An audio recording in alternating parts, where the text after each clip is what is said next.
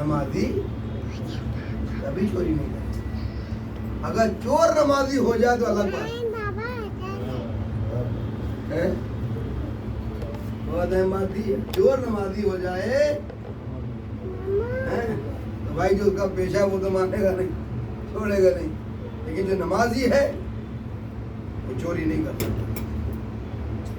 تو عزیزان محترم,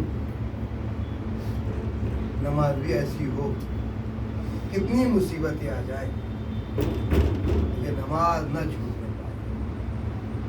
آج ہم کوئی پرواہ نہیں کرتے. عزیزو, کربلا سے کوفہ, کوفے سے شام تک کتنا فاصلہ ہے. کوئی یہ نہیں کہہ سکتا ہے کہ سید سجاد کی کسی وقت کی نماز ختم ہو, یہ نماز چھوڑی. کیوں؟ ان پہ تو اس سے زیادہ مصیبت کیا ہوں گی. مصیبتوں کی انتہا ہو گئی ان پہ. اتنی مصیبتیں پڑی جاتی تو انتہا ہو گئی. لیکن نماز اگر ہمارے اس طرح کا سر میں درد ہو جائے تو ہم نماز پہ چھوڑ دیں. ذرا سا بخار آ جائے تو نماز سے غفلت کریں. امام حسین پوچھیں گے کہ تم ہمارے شیعہ تھے نا, کس بات پہ ہمیں مانتے تھے؟ یزید کو کیوں نہیں مانتے تھے, ہمیں کیوں مانتے تھے؟ تو مولا آپ نے تو نماز بچائی, آپ نے دین بچایا, آپ نے اسلام بچایا, آپ نے روزہ بچایا ہے, آپ نے حج بچایا ہے. تو کیا پھر پوچھ سکتے ہیں نا کہ جب ہم نے نماز بچائی, نماز کی وجہ سے تو ہمیں مان رہے ہو, تو ہمیں رو رہے ہو, ہمارے اوپر رو رہے ہو نماز کی وجہ سے, تو اسے نماز بچائیے. تو نماز پڑھی. جس روزے کی وجہ سے تو ہمیں مان رہے ہو, تم نے روزہ رکھا. جس خمس کی وجہ سے تو ہمیں مان رہے ہو, کیا تم نے خمس نکالا؟ کہ نہیں, یہ تو کچھ نہیں کیا. پھر کس بات سے ہمیں مان رہے ہو؟ یزید کو کیوں نہیں مان رہے؟ اچھا, یزید چاہتا تھا, یزید کیا چاہتا تھا؟ یزید یہی چاہتا تھا کہ یہ حسینی نماز نہ پڑھے, حسینی روزہ نہ رکھے, حسینی زکوٰۃ نہ دے, حسینی خبز نہ نکالے. اور ہم وہی کر رہے ہیں. اگر پوچھ لے امام حسین نے کہ تم نے نماز ہی نہ پڑھی, تم نے روزہ ہی نہ رکھا, تم نے خبز نہ نکالا, تو تم نے کیا کیا ہمارے لیے؟ کون سی بات پہ عمل کیا ہماری تم نے؟ یہ تو اس کا حساب تو یہ ہو گیا, ساری بات تم نے یزید کی مانی, سب باتوں میں یزید کی عمل کیا, اور بس. یا یوں کہا جائے پوری زندگی یزید کے کارخانے میں کام کرتے رہے. پوری زندگی. یہ مرحوم سید اطہر عباس کلکتے والے, ان کا بیتی جملہ ہے, مرحوم کی مغفرت کرے پروردگار, کہ پوری زندگی یزید کے کارخانے میں کام کرتے رہے, اور جب تنخواہ کا وقت آیا تو حسین کے دروازے پہ آ گئے کہ تنخواہ آپ سے لیں گے ہم. جس کے کارخانے میں کام کیا ہے وہی تو دیکھو اجرت, ایسا اسی سے اجرت. تو یہ کہہ کہ آپ نکل جائیں. عزیزو, تو باتوں میں بات نکل گئی, یہ میں نے عرض کر دیا ہے. 4 جنازے ایسے ہیں عزیزو کہ جن پر غسل دینے والے چیخ مار کے 4 جنازے ہیں. پہلا جنازہ آپ جانتے ہیں, بی بی فاطمہ زہرا کا جنازہ ہے. آپ نے جیسے فضائل سن لیے ہیں, لیکن عزیزو آج بی بی سکینہ کی شہادت کی تاریخ گزری. رونے میں کنجوسی نہ کرنا, اور وہ بی بی ضرور مجلس میں آئی ہوگی, آتی ہیں.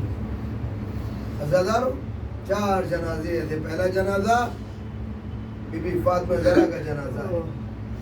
جب مولا کائنات غسل دینے کے لیے ہٹایا اور غسل دے رہے تھے, غسل دیتے دیتے آپ کا ہاتھ اس جگہ پہ پہنچا جو آپ کی پسلیاں شکستہ تھی. اتنی زور سے چیخ ماری کہ باہر سلمان فارسی ابو ذر غفاری یہ بے چین ہو گئے جب مولا غسل دے کر جب باہر آئے ہیں. سلمان فارسی نے معلوم کیا مولا آپ پر اتنے بڑے بڑے مسائل پڑے کبھی آپ اس طرح سے نہ روئے, کیا وجہ تھی کہ آپ نے چیخ مار کے روئے ہیں؟ آپ نے کہا سلمان کچھ بات ایسی تھی, پوری زندگی سیدہ ایک زخم لے کر اپنے دل پہ چلی گئی. ارے سیدہ کی پتیاں شکستہ ہو گئی, کبھی سیدہ نے یہ نہیں کہا اے علی میری پتیاں شکستہ ہو گئی ہے. ہاں زادارو یہ رہا ہے جب بھی علی آتے تھے باہر سے تو آپ ایک ہاتھ اٹھا کے سلام کرتی تھی. علی نے سوال کیا اے سیدہ نبی کی بیٹی کیا ہو گیا ابھی تک آپ دونوں ہاتھوں سے سلام کرتی تھی, اب ایک ہاتھ سے سلام کیوں ہو رہا ہے؟ ایک ہاتھ پتلی پہ رکھا رہتا تھا, ایک ہاتھ سے سلام کرتی تھی. آواز دی اے ابو الحسن میری بابا کی امت نے مجھے اتنا خبز دیا ہے کہ میرا ہاتھ ہی نہیں اٹھ رہا ہے. جزاک اللہ خیر الجزا.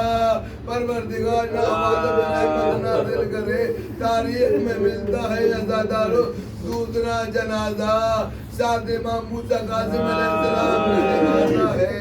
ارے جب قید خانے میں آپ کی شہادت ہوئی عزادارو 8ویں امام علی رضا علیہ السلام جب آپ کو غسل دے رہے تھے اللہ اللہ ارے زنجیروں نے اتنا جکڑ دیا تھا آپ کے جسم کو کہ امام نے کس طرح سے زنجیروں کو جدا کیا ہے. اللہ اکبر زخم بنے ہوئے تھے, امام چیخ مار کر رونے لگے. تاریخ میں ملتا ہے تیسرا جنازہ کسی اور کا نہیں ہے, ہمارے آپ کے چوتھے امام زین العابدین علیہ السلام کا جنازہ ہے. عزادارو تاریخ میں ملتا ہے جب 5ویں امام نے غسل دیا ہے نا اللہ اللہ جیسے پشت پہ ہاتھ پہنچا مولا چیخ مار کر رونے لگے. وہاں لوگوں نے معلوم کیا مولا مولا کون سا ایسا نیا ظلم ہو گیا جو آپ روئے ہیں, آپ کربلا سے کوفہ شام کر رہے ہیں, کبھی اس طرح سے نہیں روئے.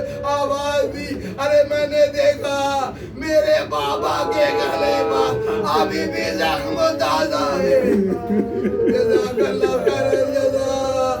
عزادارو بآخری جنازہ چوتھا جنازہ اس بچی کا جنازہ ہے جسے سکینہ کہتے ہیں. عزادارو تاریخ میں ملتا ہے یہ وہ مظلومہ بی بی ہے. ارے جب قافلہ کو دوڑانے لگے بھگانے لگے جناب سکینہ گر گئی, بار بار اپنے بابا کی فراق میں گر جاتی تھی. ایک مرتبہ ظالم نے کیا کیا کہ آپ کو اونٹ کی ننگی پشت احساس کر لیجئے گا, اونٹ کی ننگی پشت پر آپ کو رسی سے باندھ دیا گیا. اللہ اکبر. اور پھر اونٹ کو بھگایا جیسے جیسے اونٹ بھاگتا تھا ارے بی بی کے جسم کا گوشت کٹ کٹ کر گرتا تھا. اور تب آواز اے چچا اے چچا میری خبر لیجیے. عزادارو تاریخ میں ملتا ہے جب جیسے ہی غسالہ نے جناب سکینہ کو غسل دیا ہے نا اللہ اللہ غسل دینے کے لیے جیسے لے کے پہنچی لباس اتارنا چاہتی ہے لیکن لباس نہیں اتر رہا ہے, لباس نہیں اترا.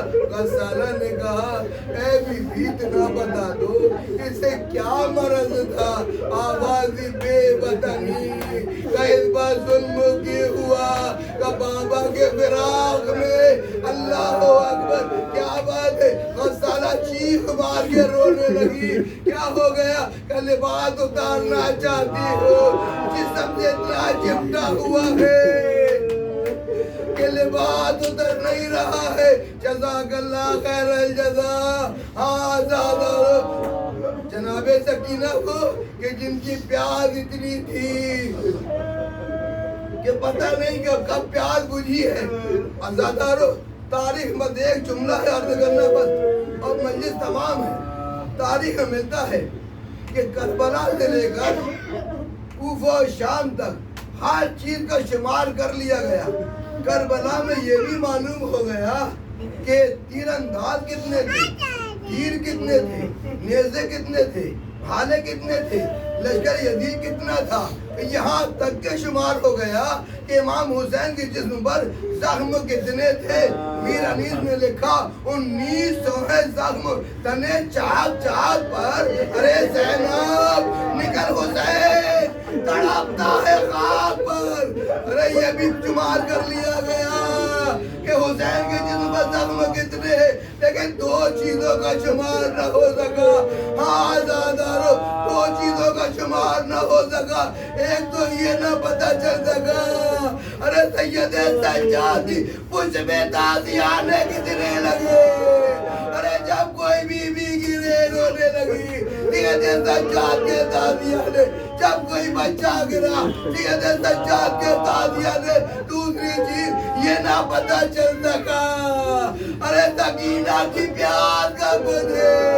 ارے ایک دن جناب سید جناب سکینہ نے اپنے بھیا سے کہا اے بھیا سجاد, اے بھیا سجاد ایک میری وصیت ہے اسے پورا کر دینا. بہن بولو کیا وصیت ہے؟ میں بھیا وصیت یہ ہے کہ میں دنیا میں گزر جاؤں گا تو میری لاش اس جگہ پہ بنانا جہاں کی زمین نرم ہو. بہن ایسی کیوں وصیت کر رہی ہو بھیا؟ ارے پیار ہڈیوں میں اتر گئی ہے. آزادارو ادھر سکینہ دنیا سے چلے. سید سجاد بہن کا جنازہ اٹھایا لے کے چلے. جو قید خانے میں نرم جگہ پہ زمین قبر بنائی تھی, جیسے ہی قبر کے قریب پہنچے تو ہاتھ نمودار ہوئے اے میرے لاح سجاد میری امانت مجھے دے دے. ارے میری بچی نے میرے بہت بڑی مصیبتیں اٹھائی. اے میرے لاح سجاد واہ سکینہ.